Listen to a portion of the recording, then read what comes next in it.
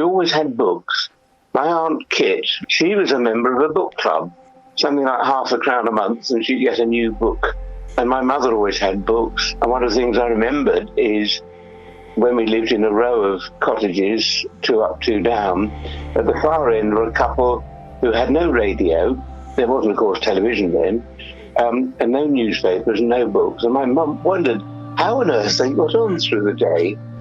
At school, because of the bookish background, I suppose, I got on very well. My friends Graham and Leslie and I were always in the top 3 in the class.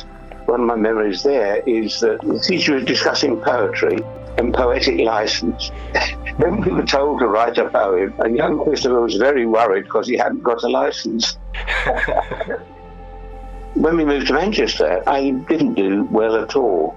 My accent, of course, was very different from Manchester. The boys made fun of me.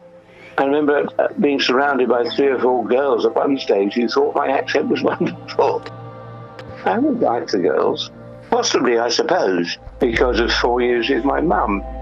I was born in the February. Sometime during the summer, father went off, as they did then with young men, a 2-year unaccompanied tour. Forget the fact that he got a wife and a young son. And in fact, it was 4 years before he came back. I do always think that that was why my mother and I were very close. We were very close throughout our lives. Father could be wonderful. I learned a lot from him, a lot of my practical skills, but I was terrified of my father on occasion. I realized in my parents' later life, he was very much a controlling husband. At first I wanted to be a doctor, and at that time we were on the eastern edge of London, so the choices really were the big London hospitals, and I thought, I don't think I'm clever enough for that. There was a boy in my class who was going to be a veterinary surgeon, and I thought, that sounds all right. I went to the Royal Veterinary College in the autumn of 1958. Both my parents are thrilled that I got a place at veterinary school. We would write a letter each week to each other, Mum and I. Hers to me would have a 10-bob note in it, which was very useful because I was really quite underfed during my college days.